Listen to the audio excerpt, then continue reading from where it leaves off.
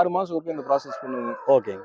கீராநெல்லிங்க, சரி, குப்பமேனிங்க, சரி, முடக்கத்தான் தலைங்க, சரி, முருங்கத்தலைங்க, சரி. வேப்ப உளுந்து இது எல்லாத்தையுமே வந்து பார்த்தீங்கன்னா, 1 லிட்டர் தண்ணீல ஓகே. ஒரு 2 ஸ்பூனுங்க. சரி.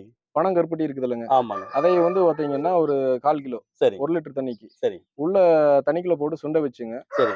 அந்த 1 லிட்டர் தண்ணி வந்து 1/2 லிட்டர் தண்ணி ஆயிரணும். ஓ!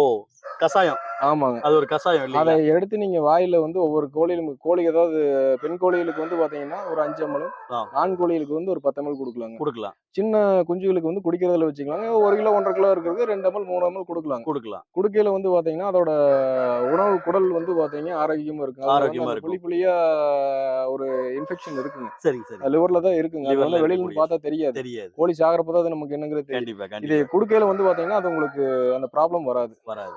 அடுத்த நாளுங்கிற வந்து அந்த புண்ணு வந்து திருப்பி அந்த ஃபுல்லா எல்லாமே கிளீன் ஆயிடுச்சுங்களா? கண்டிப்பா. அந்த ட்ராக் வந்து ஹெல்த்தியாகவும் திருப்பி வந்து